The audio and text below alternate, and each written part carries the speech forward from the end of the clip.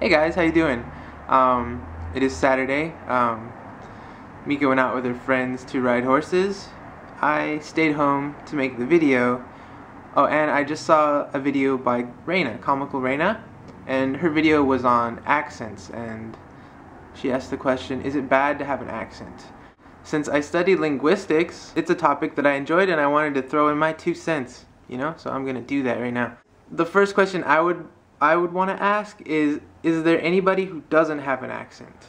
I know that a lot of people, especially where I live, I live in Hollywood, right? And we have a huge media presence. We make movies that go around the world, and so there's this idea that the way of speaking here in Hollywood is the proper way or the right way of speaking, at least American English. But that is, I would say that is definitely not true.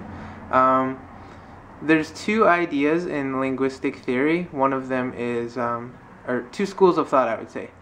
Prescriptivism and descriptivism. Prescriptivism is what I just described, that the idea that there is one correct way or most correct way of speaking any language.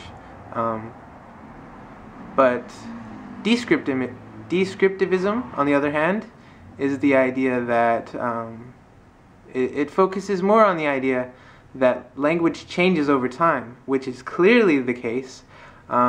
If you've ever tried to read Shakespeare or any Middle English literature, you've probably noticed that it sounds very different from the English we speak today. So prescriptivism loses a lot of ground because English changes. You know, we have to add new words to the dictionary every year, and descriptivism gains some ground there. I think realizing that the idea that everyone has an accent is very important to like in a cultural sense, because there is no perfect way of speaking.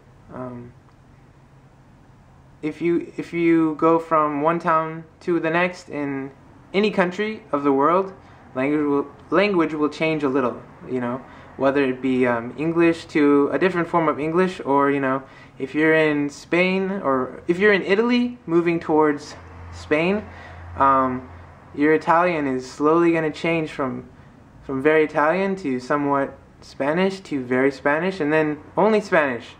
And that's just how language works over space. It also changes over time. It's a very interesting medium for thought. Anyway, so the question, is an accent a bad thing? I don't think so.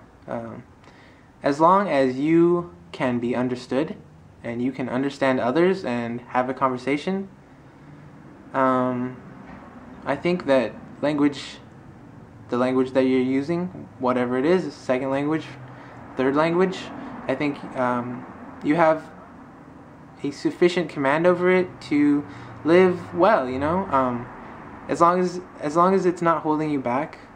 I enjoy listening to foreigners who have interesting accents, and I would say that if you want to change your accent, you can, and by all means go ahead, but if you don't, I think you're perfectly understandable and fun to listen to, and you tell good stories. So thank you for your video, and I hope this was interesting to people interested in language and other stuff like that.